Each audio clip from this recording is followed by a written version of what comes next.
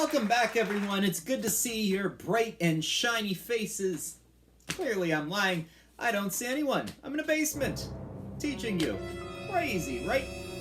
So welcome to day 2 of how viruses outbreak exponentially. We're looking at the Johns Hopkins University Center for Systems Science and Engineering simulation. That was reported on by Harry Stevens of the Washington Post, and we're breaking down the data here today to help you understand why social distancing matters. Yesterday, I was joined by a mathematician and statistician named Captain Poopy Pants, and I believe she's back today to help us break down the data. Captain Poopy Pants, can you hear me? Captain, my captain, ahoy there, matey, I be here today, Captain Poopy Pants. Okay, to recap this simulation, dots represent people. Gray dots are people who are healthy but can get the virus. Orange dots, people have the virus and can spread it by making contact with other dots. And pink dots have recovered from the virus and can no longer spread it. Correctamundo, you remind me of Smee from Peter Pan, an excellent first mate. I think you need to reread that story. Anywho, we left off yesterday talking about the curve and why to flatten it. If too many people get the virus at the same time, there'd not be enough resources to treat everyone at once, thus increasing the danger of the virus. For instance, about 175 people in this simulation that was run right now had the virus at once. If there are only 50 hospital beds, that'd be about 125 people who would not be able to get treatment. Ye get it! Now there are lots of strategies to fight this, but we'll be looking at 3 more simulations. The first is forced quarantine. Okay, just to make sure we're all on the same page, forced quarantine is where you isolate all the sick people into one location and try your best not to let anyone in or out. For example, the Chinese government did this in, I forget my pronunciation here, the Hubei province in China, and we did this by banning travel to and from certain places. Okay? Cool. Let's watch the simulation. Okay, so I see the people in forced quarantine on the left. Hey! Why is that opening up? Whoa! Now people are gonna get sick. It happens all the time. Well, no, this is really, really bad. Right now, like 89, 90, 100, nearly almost 100 people. Now we do have 100 people. Almost 120 people have this now. That's better than what it was like when it was just free reign, but if there's only 50 hospital beds and respirators in a town, that's still a lot of people who aren't being treated. Nope. Ye be right. The sneaky thing about this virus is we don't know who has it. And we don't know the carriers, making it impossible to isolate everyone.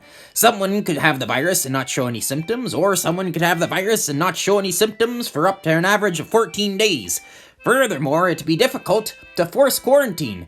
People make it in and out of the quarantine to get food, go to work, and a boatload of other things. Typically, forced quarantine doesn't work. Wait, isn't that what we're doing now? Aren't we doing forced quarantine right now, Captain Poopy Pants? Well, that'd be a common misconception. Quarantine is where you completely shut off a certain area, like it was before it started to open up there. It would be like Pennsylvania closing its borders while everyone inside of Pennsylvania is able to go about their normal lives, do what they usually do, but no one's allowed in PA or no one's allowed out of PA.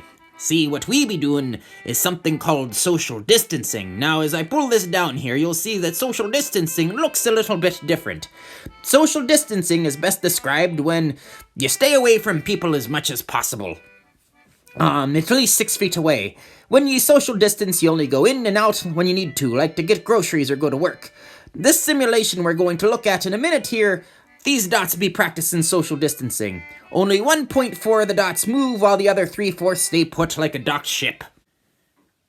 Okay, I think I understand the difference. So, forced quarantine is where, like, they would put roadblocks on the road and you can't leave a certain area. No one's allowed in or out.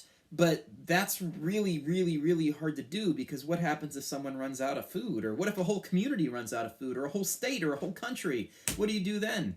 That's why we probably don't do too much forced quarantine, huh? Take a look at the simulation and you'll see why. Okay, right off the bat, I'm noticing that there's not a cutoff section like there was in forced quarantine. and the dots aren't moving because they're practicing social distancing and not going out as much. And man, oh man, it's making a difference. People are not getting sick nearly as quickly, and the number of recovered people is almost equal to the number of sick people, even at the onset.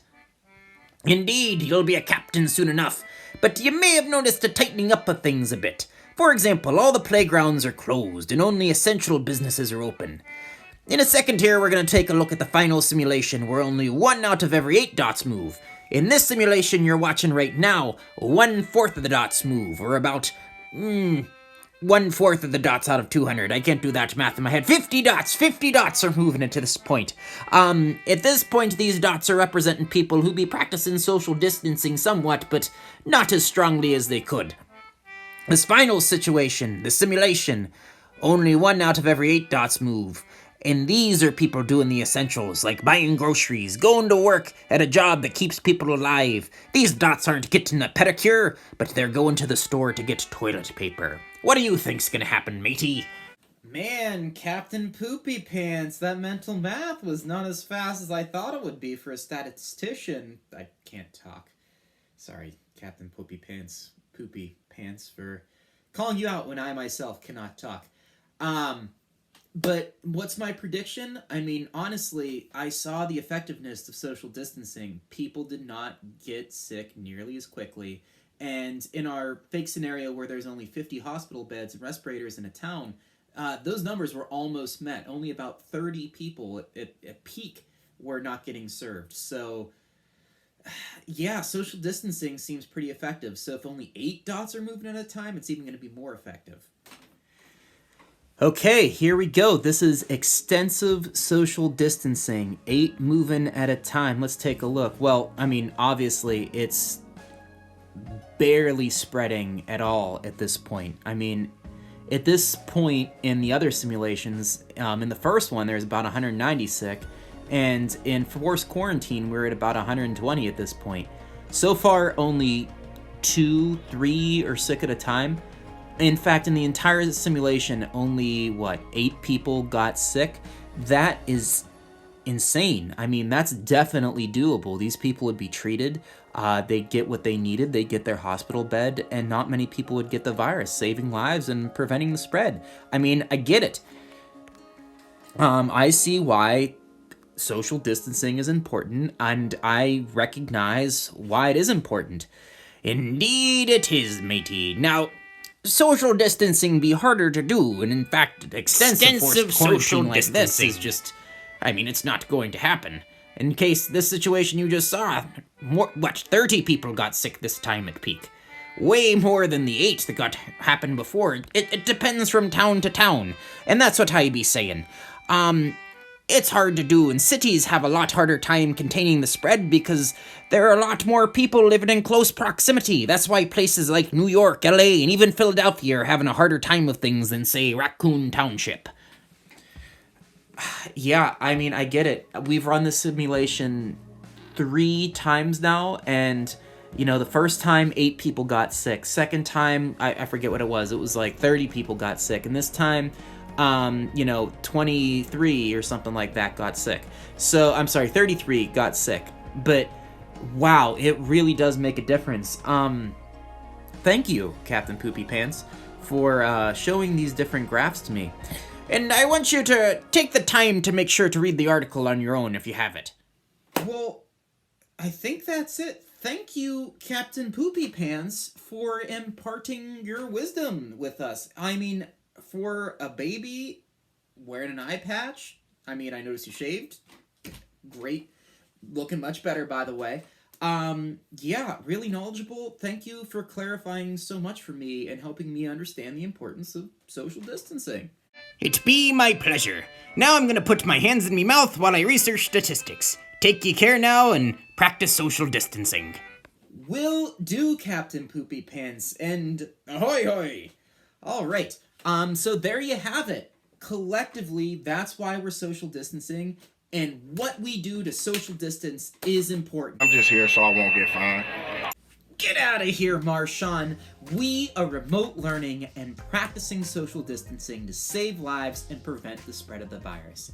It may be a long time, and not always fun, but remember, you are keeping others safe, and that is definitely a way to show your Viking pride. And that's it for the week on my end. Stay tuned next week. I'll have more videos. Really, guys, thank you for the recommendations and the topics, ideas you want me to cover. I got over 30 of them, so I will try to get to all those the best I can. I'm going to start with the ones that more than one person requested, and make sure you get outside, practice social distancing, enjoy life as best you can during this time of social distancing.